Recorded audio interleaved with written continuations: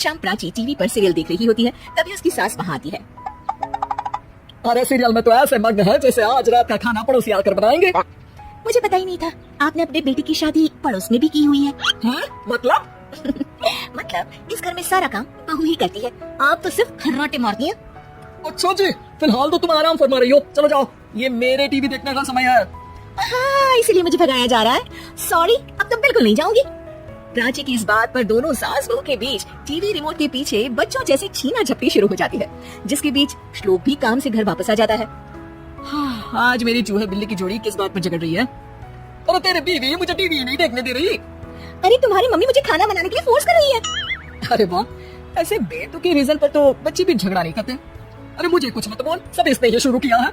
हाँ, जैसे आप तो बहुत दूध की धुली है ना। अरे बस दोनों चुप, प्राची जाओ खाने की तैयारी करो, और माँ तू छोड़ो, तुम्हें क्या बोलूं, शांति से अपना सीरियल देखो, मुझे दोबारा लड़ने की आवाज सुनाई नहीं देनी चाहिए।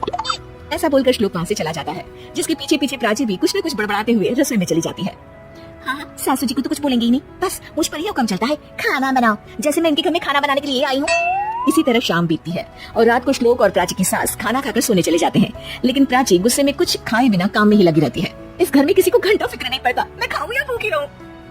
प्राची कुछ देर के लिए रसोई से बाहर जाती है और जैसे ही वापस आती है तो वहाँ दूध का भरा ग्लास देखकर हैरान रह जाती है। फिक्र पूरी है, बस दिखाना नहीं है।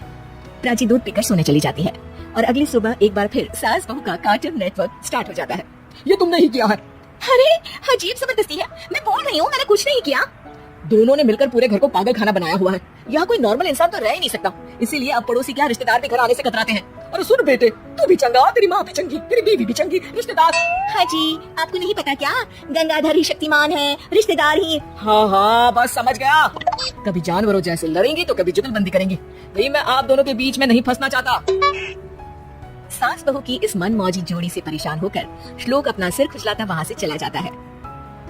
चलो अब मैं भी कीर्तन में जा रही हूँ।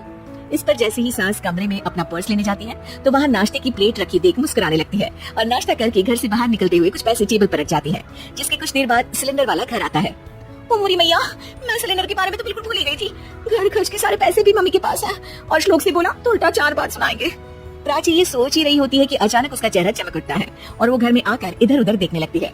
तभी उसकी नजर टेबल पर रखे पैसों पर पड़ती है, जिन्हें वो सिलेंडर वाले को दे देती है। ये सब श्लोक देख लेता है। अच्छा बेटे, इतना बड़ा घोटाला, सबके सामने मैं तेरी दुश्मन और पीठ पीछे तेरी मेरी यारी। इस पर श्लोक एक प्लान बनाता है और शाम को सब एक साथ बैठे होने पर बोलने लगता है। माँ, तुम दोनों की बहुत लड़ाई होती है, इसलिए मैं सोच रहा हूँ कि प्राची को उसके घर छोड़ाऊं, इससे वो भी खुश रहेगी और तुम भी। अचानक श्लोक की ये बात सुनकर सास बहू शौक से उसकी तरफ देखती है। अरे ऐसे कैसे घर छोड़ाओगे, मुझे कहीं नहीं जाना। अरे तुमने बोला नहीं पर मैंने सुन लिया, तुम्हें मम्मी के साथ रहना अच्छा नहीं लगता, मुझे पता है। अरे वो अरे जब बहू खुद कुछ काम बोले तो वो तुझे सुनता नहीं, और अब जो इसने बोला ही नहीं वो तू समझ गया, जब उसे नहीं जाना तो फिर जबरदस्ती क्यों कर रहा है?